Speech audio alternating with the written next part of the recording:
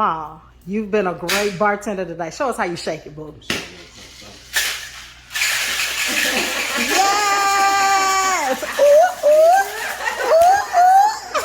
Ah, the drum! New developments now. Murder charges filed in a bizarre case after this man's body was discovered in a local reservoir. The Douglas County Sheriff's Department arrested Brittany Baker, also Mario Barber. The two were living in a home less than 1.5 miles from where that body was found. To be punished. And I don't even think a life sentence is good enough. I want them to be punished. And I don't even think a life sentence is good enough. Those are the words of a father standing outside a Georgia courthouse, looking at the two people accused of murdering his son. Not just murdering him, dismembering him, dumping pieces of him in a reservoir 30 miles outside Atlanta. Charles Parker said something else that day, too. Something that's been stuck in my head since I first read it. He said, "It's the kind of stuff you see on TV." They had no remorse. His son, Jamal Rashad Parker, was 37 years old, a bartender, a musician, an artist, and the people accused of ending his life weren't strangers pulled off the street. They were people he knew, people he trusted enough to be inside their home. Investigators found human remains in the Dog River Reservoir back in May. Not a body. Remains. They couldn't even identify who it was right away. They had to release photos of tattoos to the public and hope someone recognized them. Someone did. And what came after that phone call would pull back the curtain on a relationship, a home, and two people who may have been living a completely different life than the one Jamal thought he knew. Before we go further into this one, I need a second of your time. Stories like Jamal's only get told because people like you keep watching, keep sharing, keep caring enough to hit that subscribe button. His family is out there right now demanding justice, holding a GoFundMe together just to bury him properly. Because right now, they can't even have a normal funeral. Every case we cover here isn't just content. It's somebody's son, somebody's friend, somebody who deserved better than what happened to them. So if you haven't already, subscribe to Mystora Crimes, hit that bell, and like this video before you go anywhere. It genuinely helps these stories reach more people, and sometimes that's exactly what keeps pressure on a case until it gets solved. Now, let's get into who Jamal Parker really was, and who the two people accused of taking his life actually are. Jamal Rashad Parker was a stranger to the Atlanta nightlife scene.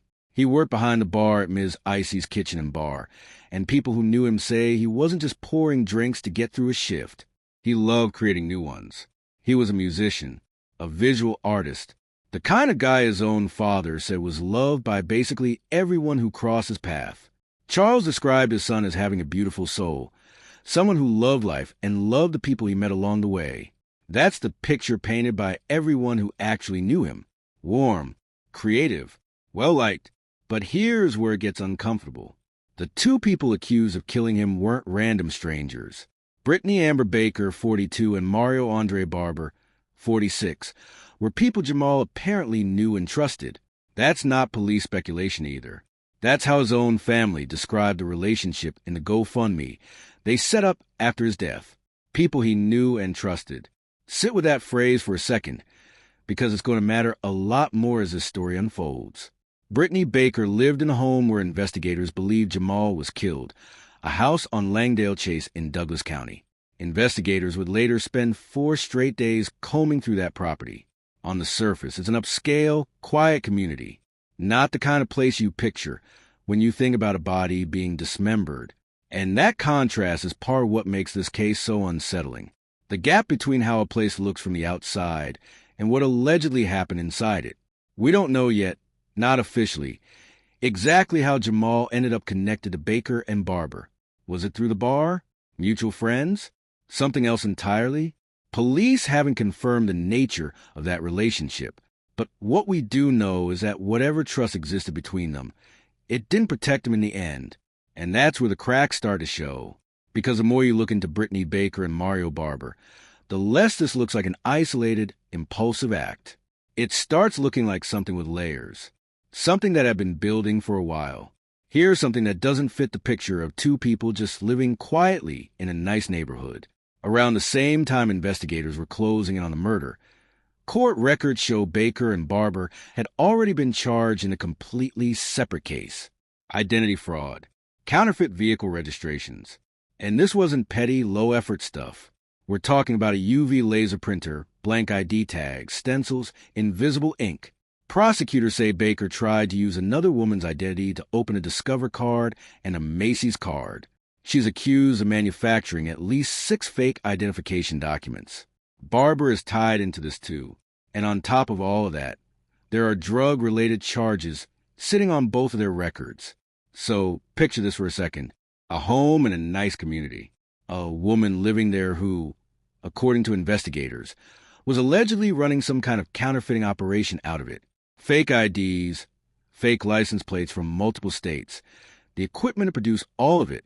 And somewhere in that same house, a man who considered these two people trustworthy is killed and dismembered.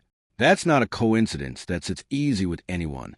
When deputies searched the property, they didn't just find evidence connected to Jamal's death. They found printers, stencils, blank tags, an entire operation hiding behind a quiet suburban front door.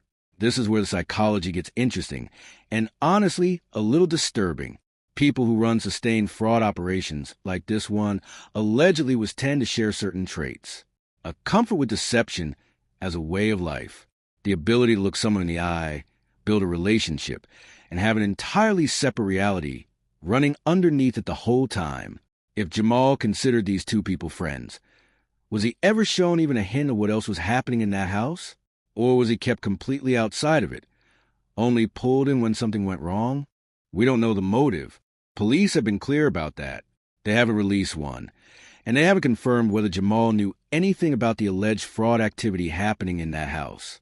But you have to ask the question, did he stumble onto something he wasn't supposed to see? Was there a falling out over money?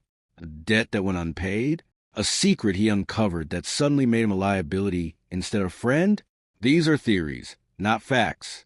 Nothing here has been confirmed by investigators. But the timing alone, a major fraud case surfacing around the same time as a murder inside the same home, makes it almost impossible not to wonder. What we do know is what happened after. Deputies found human remains in the Dog River Reservoir on May 15th. Not a body. Remains. Investigators couldn't even identify who it was right away. Because of the condition the body was found in, they had to release images of tattoos to the public and hope someone recognized them. And someone did. Not police work alone. Not forensics alone. A woman who used the date Jamal saw those tattoo photos on the news and immediately knew who she was looking at. She called Charles Parker. That one phone call is the reason Jamal's family even knows what happened to him. Imagine being that father, getting a call from your son's ex about tattoos shown on the evening news, and slowly realizing in that moment your son is probably dead. Charles gave detectives his own DNA. That's how the Georgia Bureau of Investigation officially confirmed it was Jamal. Not dental records first. Not fingerprints first. DNA comparison technology, paired with tattoo recognition from someone who once loved him. There's something deeply human and deeply tragic sitting inside that detail. In the end, it was love and memory that brought Jamal back to his family, even if it was only in pieces. And then there's a reciprocating saw, the cleaning supplies, the air fresheners. Investigators carried these items out of Langdale Chase home in plain view, and once you understand what they were looking for, you understand exactly why those specific items mattered so much. A saw capable of cutting through bone. Cleaning products meant to erase what was left behind. Air fresheners meant to mask what the cleaning products couldn't fully hide. This doesn't look like a moment of panic, followed by sloppy mistakes. This looks, at least from the outside, like an attempt at control. A calculated attempt to make something brutal simply disappear. Baker and Barber were arrested, formally charged with murder, and brought before a judge. Both pleaded not guilty. Both are being held without bond. Charles Parker was there in that courtroom, along with Jamal's uncles, and one of them described the entire experience in 2 words: heart-wrenching, frustrating.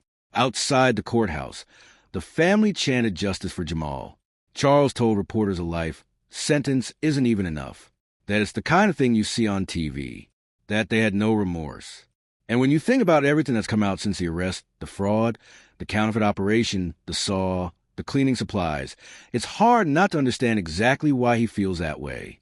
Let's talk for a second about what kind of person it takes to do something like this, and then calmly clean up afterward, because that detail matters more than people realize. A lot of violent crimes happen in a single explosive moment. Rage takes over, something terrible happens, and then panic sets in. Mistakes get made. Evidence gets left behind. But that's not entirely the picture here. Yes, there was violence, but there was also methodical, deliberate cleanup. A saw, cleaning chemicals, air fresheners to mask the smell. That kind of follow-through after something this horrific suggests a level of composure that should genuinely unsettle you. It suggests someone capable of compartmentalizing in a way most people simply can't. And when you put that next to the alleged fraud operation, the fake IDs, the counterfeit plates, the UV printer, you start to see a pattern of behavior that isn't about one bad night. It's about people who may have built an entire life around hiding things, around presenting one version of themselves to the world while running something else underneath it. If that's true, and again, this is allegation, not confirmed fact, then Jamal may have simply been someone who got too close to the wrong version of two people he thought he knew. Police haven't told us if he knew about the fraud. They haven't told us if there was a confrontation. They haven't even told us officially how long Jamal had known Baker and Barber, or how deep that relationship actually went. What we're left with is a timeline. A man last seen alive. A home that weeks later gets raided not once but for an entire fraud investigation, and then again for a murder. A body found in pieces in a reservoir. And a father who had to give his own DNA just to confirm what he already feared. So here's where I want to slow down for a second, because this case is still active, still unfolding, and there are pieces we genuinely don't have yet. Why was Jamal in that house that day? What exactly happened in those final moments before things turned violent? And is the fraud operation actually connected to his death? Or is that just a disturbing coincidence sitting at the same address? Police haven't told us. Honestly, they may not fully know yet either. Investigators are still asking for tips, which tells you the story isn't finished. There are still answers out there that haven't surfaced. But I want you to sit with something for a moment. How well do any of us really know the people we trust?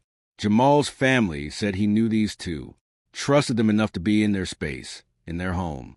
And underneath that trust, if these allegations hold up in court, was an entire operation built on deception, fake identities, counterfeit documents, a completely different reality running parallel to whatever relationship Jamal believed he had with them. Is it possible to be that close to someone and miss every single sign? Or is it more likely there were signs all along, small ones, easy to explain away, easy to ignore simply because the alternative felt unthinkable? And here's another question worth sitting with. What does it say about a person, psychologically, when violence isn't a single explosive moment, but something followed by methodical, almost business-like cleanup? Saws, chemicals, air fresheners. Does that level of composure after the fact change the way we should understand what came before it? Does it suggest premeditation? Or does it suggest something almost more disturbing, that taking a life and then erasing the evidence of it felt, to them, like just another task to get through? Think about Jamal for a second, too. Not as a case number, not as a headline, but as a person, a guy who showed up to work and made people drinks they remember, who made music, who made art, who, according to everyone who knew him, made people feel something. And somewhere along the way, he placed his trust in two people who, if these allegations are true, were capable of building an entire life out of deception.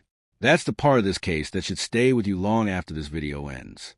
Not just the brutality of what happened to him, but the quiet, terrifying reminder that the people closest to us are sometimes the ones we understand the least. We're going to keep following this case as it develops, because there's still so much we don't know. The motive hasn't been released. The full relationship between Jamal and the accused hasn't been confirmed.